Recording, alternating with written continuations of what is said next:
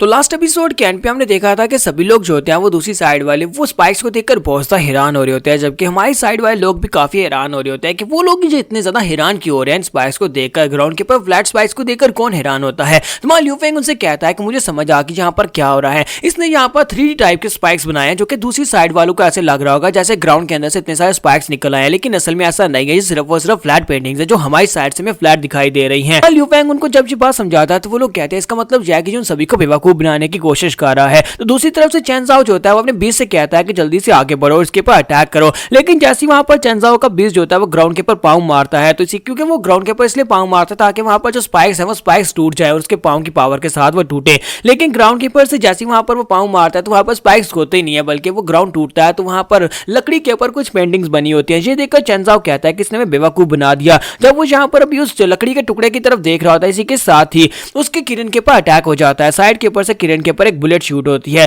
तो वो कहता है कि ये क्या हुआ, मैंने यहाँ पर किसी बुलेट को आते हुए नहीं देखा। तो ग्राउंड के ऊपर जब वो बुलेट गिरती है तो उसका कलर जो होता है वो स्काई कलर होता है। तो वो कहता है कि ये क्या, यहाँ पर स्काई कलर की बुलेट कहाँ से आ गई, मैंने पहले इस बुलेट को नहीं देखा, ऐसा कैसे हो सकता है। क्या वो यहाँ पर अपनी स्पाइस के कलर्स को भी चेंज कर सकता है? ऐसा तो बिल्कुल भी नहीं हो सकता। मैंने पहले कभी इस बारे में नहीं सुना कि एक लमार के पास इस तरह की टेक्निक्स हो। एक लमार कलर एबिलिटी को यूज नहीं कर सकता। तो इसी के साथ ही चेन ज़ाओ जो होता है वो अपने किरण से कहता है कि तुम यहाँ पर इन स्पाइक्स को इग्नोर करो, सीधा जाकर लमार के ऊपर अटैक करो। तो किरण जो होता है अपनी रेडियंस टेक्निक के साथ जैसे वहां पर उसके ऊपर अटैक करता है, लेकिन लमार जो होता है वहां पर से गायब हो चुका था। लमार वहां पर पेडिंग स्किल्स को यूज करते हुए ग्राउंड के ऊपर से होता है वो उसकी तरफ आगे बढ़ता है और साइड के ऊपर से जंप करते हुए निकलता है, क्योंकि वो ग्राउंड के साथ मिक्स हो चुका होता है। इसी वजह से किरण उसे देख नहीं पाता और उसके मुंह के करीब पहुंचने के बाद वो अपने सर वाली स्नाइपर के साथ उसके ऊपर अटैक करता है। जब वो स्नाइपर के ऊपर पॉइंट ब्लैंक से अटैक करता है तो इसी के साथ ही किरण जख्मी हो जाता है और पीछे की तरफ गिर जाता है। लेकिन इसी के साथ ही चेन ज़ाओ जो होता है वो अपने किरण से कहता है कि रेडियंस डिफेंस को यूज करो। जैसे वो रेडियंस डिफेंस को यूज करता है तो लमार जख्मी होकर पीछे की तरफ गिर जाता है, क्योंकि वो फायर के सामने बहुत ज्यादा कमजोर है। जैसे वहां पर रेडियंस को यूज किया जाता है तो उसे आग लगती है और पीछे की तरफ गिर जाता है, जिसकी वजह से ज़ेंगी भी जख्मी होता है। दोनों वहां पर जख्मी हो जाते हैं कि इन्फर्नो किरण को वहां पर बहुत ही करीब रेंज के साथ बुलेट से शूट किया गया था। इसी वजह से वो काफी ज्यादा गुस्सा हो जाता है, अपना पंजा उठाता है और आगे बढ़कर अटैक करता है। तो आगे बढ़कर वो अटैक करता है लमार के ऊपर और लमार जो होता है उसके अटैक की हिट होने की वजह से पीछे की तरफ जंप करते हुए गिरता है। और जब वो पीछे की तरफ गिर रहा होता है वहीं पर उसे शैडो कैट दिखाई देती है। वो शैडो कैट को जाकर चाट लेता है। जैसे ही उसे चाटता है तो उसके पास अब यहाँ पर लमार के पास टेलीपोर्टेशन की एबिलिटी आ जाती है। जैसे इन्फिनो किरण उसके ऊपर अपना पंजा मारता है तो वो टेलीपोर्ट होकर साइड के ऊपर निकल जाता है। चेन ज़ाओ कहता है कि ये क्या, तो यहाँ पर टेलीपोर्टेशन टेक्निक को यूज कर रहा है। मैं यहाँ पर इतना कुछ इम्पॉसिबल देख चुका हूँ, ये तो होना बिल्कुल भी इम्पॉसिबल है, क्योंकि ऐसा नहीं हो सकता। एक लमार के पास टेलीपोर्टेशन की एबिलिटीज नहीं होती। चेन ज़ाओ अपने बीच से कहता है कि किरण वहां पर उसे यहाँ पर भागने मत दो। अगर वो यहाँ पर टेलीपोर्टेशन एबिलिटी को यूज कर रहा है तो बार बार उसके ऊपर अटैक करो। लेकिन इसी के साथ दिखाते हैं कि उसका किरण जो होता है वहीं पर नीचे गिर जाता है, क्योंकि उसके पाँव के अंदर पॉइजन होता है। उसका पाँव जहाँ पर डिसेबल हो चुका होता है। इस बात से वो भी काफी हैरान हो जाता है और कहता है कि यहाँ पर हो क्या रहा है, इसके पाँव को क्या हो गया। ब्रदर डांडे यहाँ पर हमें सारी बात समझाता है कि यहाँ पर हुआ क्या। थोड़ी देर पहले जब लमार ने वहां पर उसके पंजे के अटैक को टेलीपोर्टेशन से अवॉइड किया था, इसी के साथ उसने वहां पर अपने स्पाइक के साथ उसके पंजे के ऊपर अटैक किया था, जो कि उसके पंजे के अंदर दंस गया था और उसे वहां पर उस स्पाइक को निकालना याद नहीं रहा, यानी कि किरण को ध्यान नहीं रहा कि उस स्पाइक को बाहर निकालना है और पॉइजन की वजह से उसका पाँव इंस्टेंटली पैरालाइज हो गया है। इसके साथ ही लमार को दिखाता है कि ऊपर की तरफ जंप करने के बाद वहां पर रोल घूमना शुरू करता है और वहां पर स्पिन करते हुए सीधा उसके सर के ऊपर जाकर अटैक करता है। जैसे वो उसके सर के ऊपर अटैक करता है, इसी के साथ चेन ज़ाओ फिर से वहां पर रेडिएटिंग टेक्निक को यूज करता है। जब वो रेडिएशन टेक्निक को यूज करता है तो लमार जलकर फिर से नीचे की तरफ गिर जाता है। जैसे वो वहां पर नीचे की तरफ गिरता है तो इसी के साथ किरण अपना पंजा उठाता है और उसके ऊपर अटैक करता है, जिसकी वजह से वो बुरी तरह जख्मी होता है और ज़ेंगी को भी दिखाता है कि उसके मुंह से ब्लड निकलना शुरू हो जाता है। हमारे ज़ेंगी के दोस्त जो होते हैं अभी भी चिल्ला कर कह रहे होते हैं कि इस फाइट को यहीं पर खत्म करो, जबकि दूसरी तरफ से उसका भाई जो होता है उस फाइट को खत्म नहीं करना चाहता। वो फिर से रेडियंस टेक्निक को यूज करता है और इस बार रेडियंस टेक्निक को यूज करते हुए लमार के ऊपर अटैक करता है। तो लमार वहां पर से रोल करते हुए बड़ी मुश्किल के साथ अपने आप को बचा रहा होता है, लेकिन वो इसके साथ हिट होने के बाद जख्मी होकर पीछे की तरफ गिरता है। वो ज़ेंगी के पास जाकर गिरता है और ज़ेंगी क्योंकि उसके साथ सेंसरी कनेक्शन में, इसी वजह से वो भी उसी के साथ उतना ही जख्मी हो रहा था जितना वो जख्मी हो रहा होता है। तो चेन ज़ाओ जो होता है अपने छोटे भाई से कहता है कि अभी यहाँ पर 2 राउंड्स बाकी, अभी सिर्फ 8 राउंड्स हुए हैं, अभी तुम्हें उठना होगा। अगर तुम यहाँ पर अभी हार मान लेते हो तो इसका मतलब यह है कि तुम्हारा सेक्टर फेल हो जाएगा। दूसरी तरफ दिखाते हैं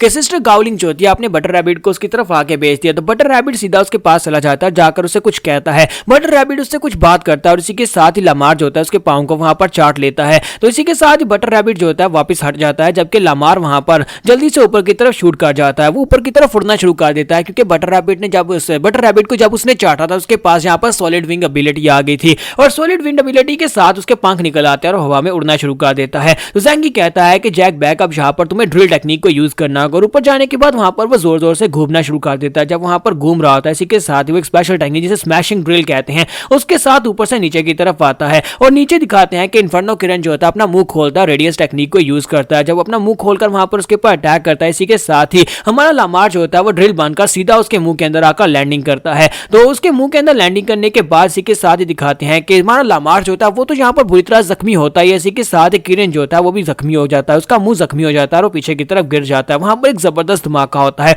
इसी धमाके के साथ दिखाता है कि पूरे का पूरा फ्लोर उड़ जाता है और फ्लोर के उड़ने के बाद दिखाता है कि लामार जख्मियों का ग्राउंड के ऊपर पड़ा होता है और ज़ेंगी भी ग्राउंड के ऊपर पड़ा होता है। सिस्टर जुई और गावलिंग दोनों बेचारे काफी ज्यादा परेशान होते हैं और दूसरी तरफ दिखाते हैं कि चेनजाओ जो होता है वो अपने बीस्ट की तरफ देख रहा होता है। उसका बीस्ट वहां पर उसके मुंह से काफी सारा ब्लड बह रहा होता है, वो बहुत ही बुरी तरह जख्मी होता है। इसी के साथ चेनजाओ कहता है कि ये फाइनल राउंड है, सब कुछ खत्म हो गया। और इसी के साथ ही वो कहता है कि उसके लामार को मार डालो। और इसी के साथ ही उसका जो किरण होता है वो अपनी रेडियंस टेक्निक को यूज करते हुए अपनी रेडियंस के साथ जैसी लामार के ऊपर अटैक करता है। चेनजाओ कहता है कि नहीं ऐसा नहीं हो सकता और वो चिल्लाकर उसका नाम पुकारता है। और इसी के साथ से पास की मेमोरीज याद आती है जहां पर उसके डैड ने कहा था कि इसके चूहे को मार डालो, जबकि ज़ेंगी उसके सामने आकर खड़ा हो जाता है और कहता है कि नहीं मेरे चूहे को हाथ भी मत लगाना। उसके डैड चिल्लाकर उसे कहता है कि तुम एक बहुत ही डिसोबीडिएंट बेटे हो, तुम एक बिल्कुल बेकार और नकारा बेटे हो, तुमने दोबारा इस तरह की कोई हरकत की जिसकी वजह से हमारी फैमिली को नुकसान पहुंचता है तो मैं तुम्हें उठाकर बाहर फेंक दूंगा, तुम्हें यहाँ पर हमारी फैमिली में रहने का कोई अधिकार नहीं है। और इसी के साथ ही वो वहां पर उसके चूहे को मार देते हैं और ज़ेंगी बेचारा वहीं पर रोना शुरू कर देता है। तो ज़ेंगी कहता है कि मैंने उस दिन के बाद से वादा किया था कि मैं अपने बेस्ट को कभी यहाँ पर मरने नहीं दूंगा। और वो जल्दी से जंप करते हुए आगे बढ़ जाता है।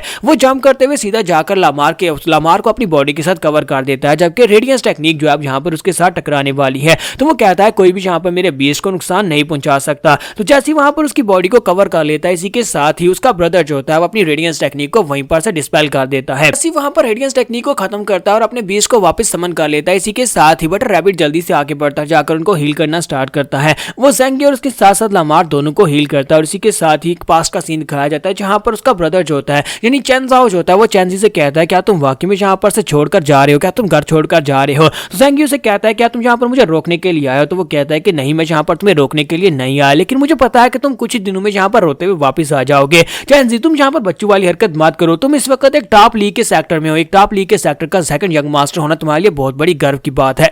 मुझे पता है कि तुम यहाँ पर से बाहर जाने के बाद कुछ भी नहीं कर पाओगे और बहुत ही जल्दी रोते हुए वापस आ जाओगे। जबकि ज़ेंगी उसे कहता है कि तुम यहाँ पर बिल्कुल फादर की तरह बात कर रहे हो, मुझे लगता है कि तुम यहाँ पर फादर के ऊपर गए हो, लेकिन मैं उनके ऊपर बिल्कुल भी नहीं गया। मैं यहाँ पर से वो कुछ करना चाहता हूँ जो मैं करना चाहता हूँ, मैं अपनी मर्जी से कुछ करना चाहता हूँ, अपना रास्ता खुद ही ढूंढ लूंगा, तुम्हें मुझे ना ढूंढने की जरूरत है, ना ही मैं यहाँ पर तुम्हारे पास रोता हुआ वापस आऊंगा।